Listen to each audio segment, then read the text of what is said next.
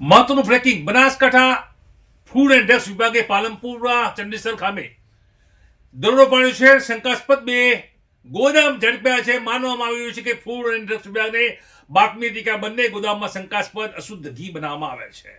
બાતમી એવી પણ હતી કે બંને જે ગોદામના માલિકો છે અગાઉ પણ અશુદ્ધ ઘીમાં જે સેમ્પલ તેમના ફેલ થયા હતા અને તે રીતે તેઓ દંડાત્મક કાર્યવાહીમાં દંડાયા પણ છે.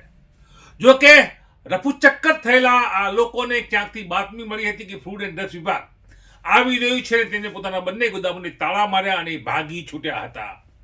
ફૂડ વિભાગ ત્યાં પહોંચે છે અને સીલિંગની કાર્યવાહી કરે છે. બંને ગોદામને સીલ મારવામાં આવે છે કે ગોદામમાં એવું તે શું હતું કે આ બંને વેપારીઓએ ફૂડ વિભાગ દરોડો પાડી ભંડાફોડ કરી તે પહેલા જ તાળા મારી ત્યાંથી ભાગી છૂટવામાં સફળતા મેળવી હતી. આ ગોદામ બંનેને ગઢ પોલીસમાં યાદી આપી ફૂડ વિભાગે હાલ તો સીલ માર્યું છે.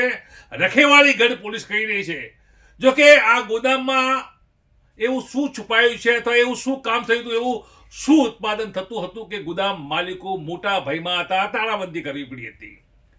સવાલના જવાબ માટે હવે પોલીસે સતર્કતા દાખવી. ગઢ પોલીસે અહીંયા તાળાબંધી કરનાર જે લોકો સામે કડક કાર્યવાહી કરવી જોઈએ. આ ગોદામમાં ખરેખર શું બનતું હતું કે ચંડીસર જીઆઈડીસી એક એવો મોટો ધમધમતો ઔદ્યોગિક જે વિભાગ છે.